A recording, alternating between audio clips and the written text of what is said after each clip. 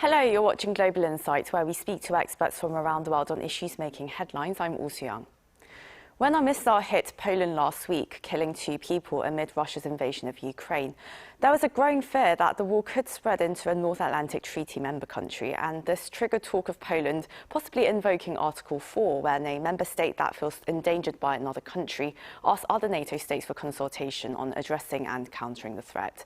And the situation now seems to have stabilized, as NATO officials don't believe that Russia fired a missile, but it was a chilling reminder of how accidents and misjudgments can cause war to spill over.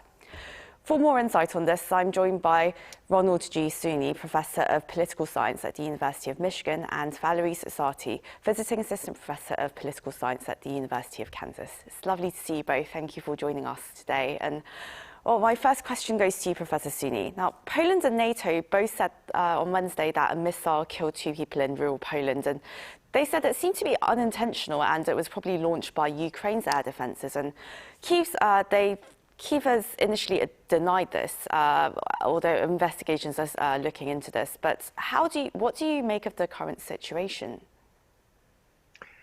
The first thing is, it's very interesting how it was reported. So almost immediately, it was an accusation against Russia. And that was very serious. And people immediately held meetings to wonder what they should do about this. Because if Russia had launched a missile into Poland, Article 4 of the NATO agreement would have to be implemented. And there were some hints about that. But luckily, this wasn't true. And people, when they investigated, found out that it was an accidental launch or incursion by a Ukrainian missile.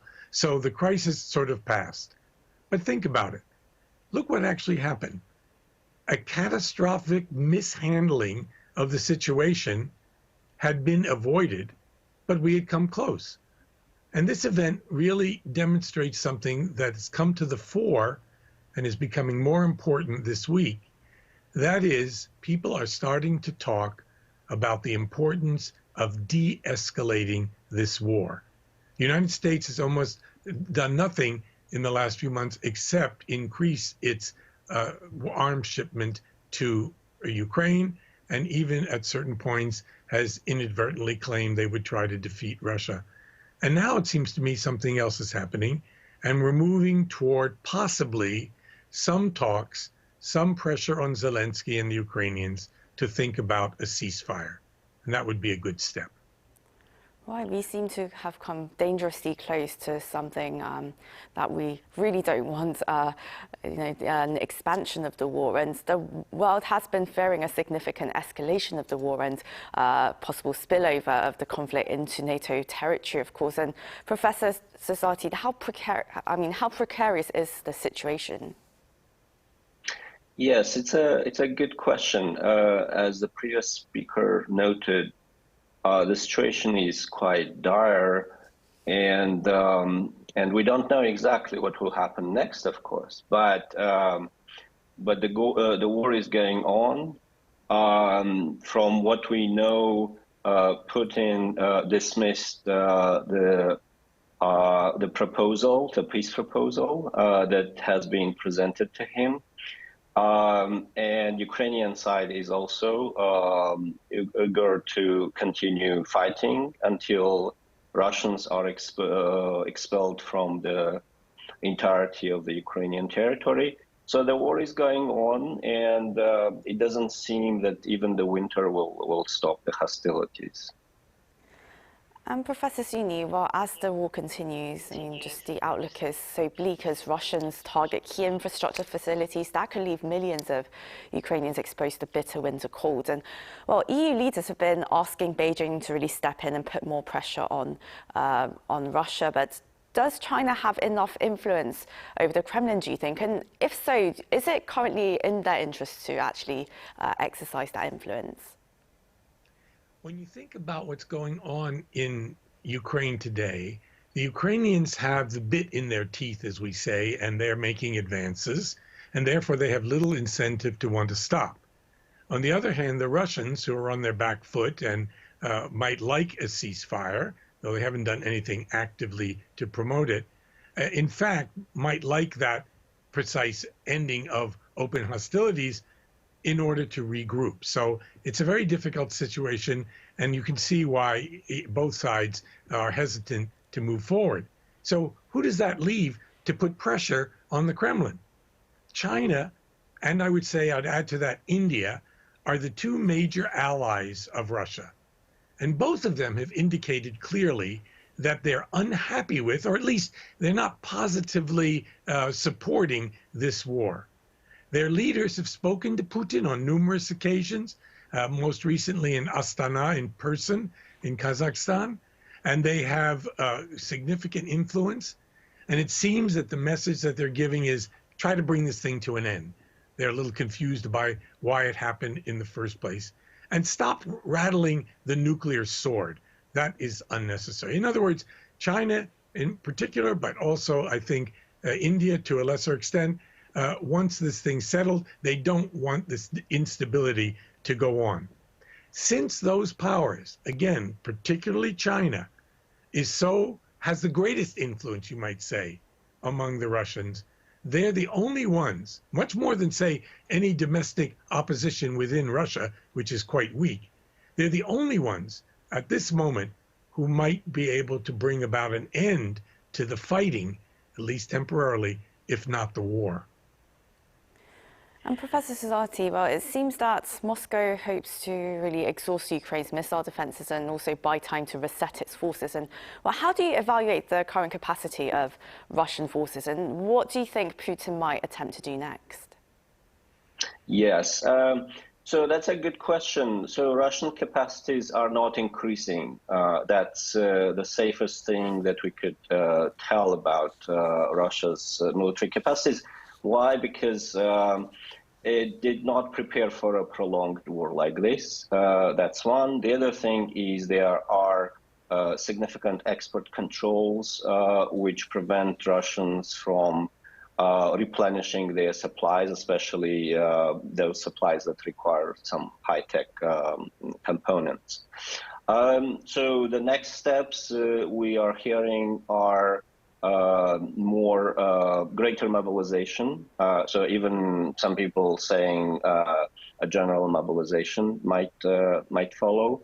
But it is not exactly clear how much of an impact that will have on the battleground, because people are just people. If they don't have, weapons, they won't be able to fight effectively.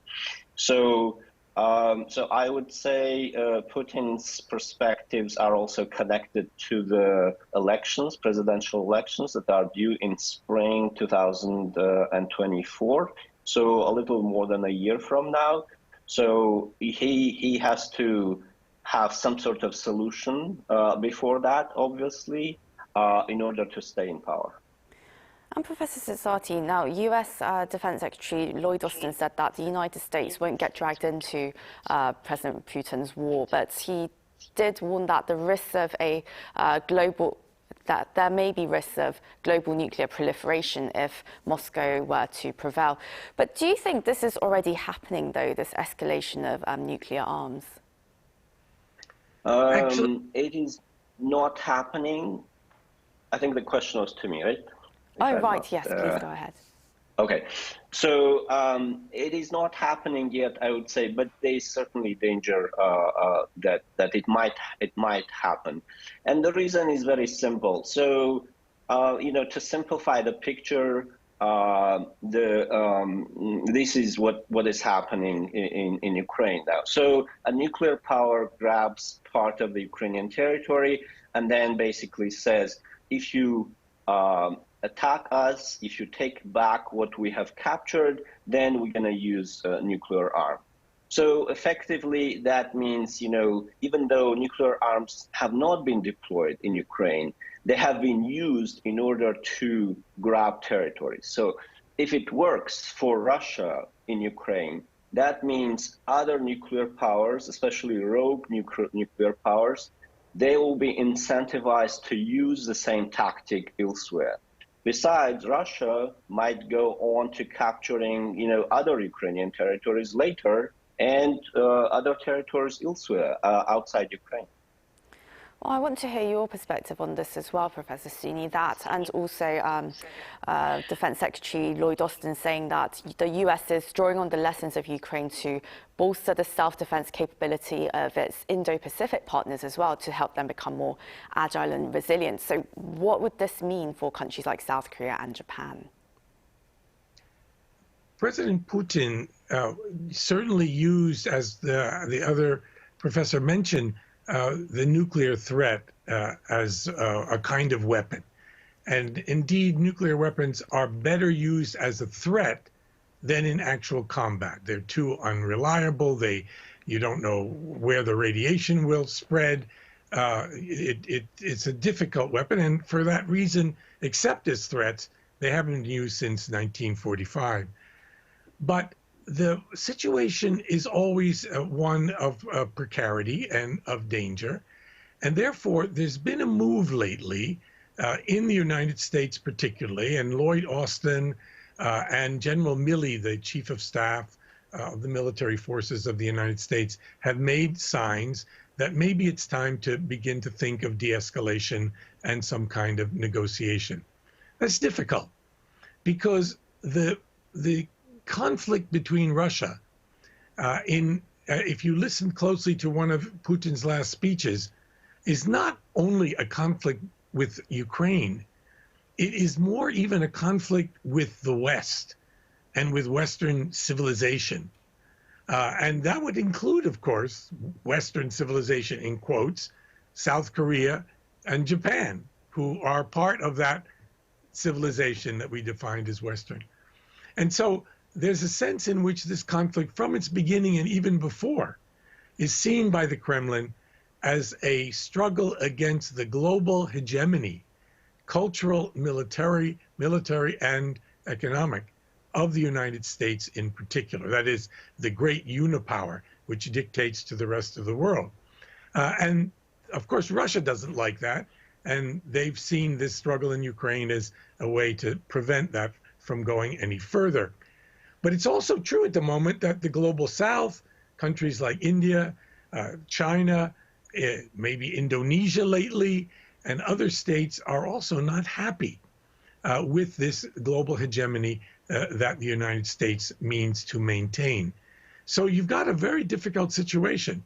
You've got a country that thinks, like the United States, that it's the indispensable nation, that its interests and values are magically the interests and values of the whole world, and they don't want to give up that privileged position, and they'll do everything to maintain it. On the other hand, there are other powers in the world, some of them not very nice powers, like North Korea, let's say, or Iran, and others that don't like this global hegemony and want regional hegemons to dominate in certain areas. So that's the fundamental difference. And then you find countries like South Korea and Japan, which are caught in the middle of this struggle between this superpower, the US, and other contenders who want a little bit of a greater place in the sun. And that leads to my next question, Professor SUNY. The US Defense Secretary also said that Moscow's invasion of Ukraine has offered a preview of a possible world of tyranny and turmoil. And there has been a growing notion of a new Cold War between democracies and autocracies. I mean, is this the reality that we're already facing? And do you think this kind of framing is perhaps dangerous? One could say that language and discourses can create realities. So how you describe a struggle may make that struggle a kind of self-fulfilling prophecy, in fact, the way it is, or at least the way it's understood. And I don't think it's very helpful to turn this struggle into a fundamental ideological East-West autocracy versus democracy struggle. First of all, we're not consistent in that. The United States, of course, has very cozy relations with lots of autocracies, like Saudi Arabia or the Gulf Sultanates. And you can think of other states as well. If they're pro-Western or if they're not in any way a threat to us, we can do business with them. So it's very hard to somehow make this a struggle abstractly between autocracy and democracy. And making it ideological makes negotiation and agreement far more difficult. That doesn't mean there aren't ideological elements to the conflict. As I mentioned, Putin is turning this into an anti-Western civilization, anti-liberal, and his own, anti-liberal democracy struggle. And the West is also talking about this as if Russia and Russian civilization and autocracy somehow are outside the normal activity of states. But I see this more as a geopolitical struggle for regional and global dominance. And if it's geopolitical, then we can sit down and talk about how to create a new kind of international order that is not disadvantageous for many powers. Right now, the U.S. says things like, we are protecting the international rule of law, that this is a rule-based system. And yet it's precisely the United States that breaks the rules. And when it needs to, invades other countries, even without the sanction of the U.S. So if the U.S. wants a rule-based order internationally, let it first obey its own rules, and maybe other lesser powers will follow suit.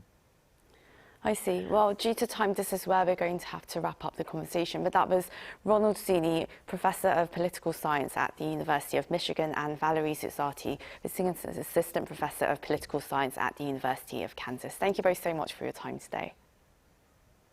Thank you. 감사합니다. Also, thank you very much to our viewers for tuning in. A Global Insight will be back on Tuesday, South Korea time. Do join us then. Until then, have a great day wherever you are. Goodbye.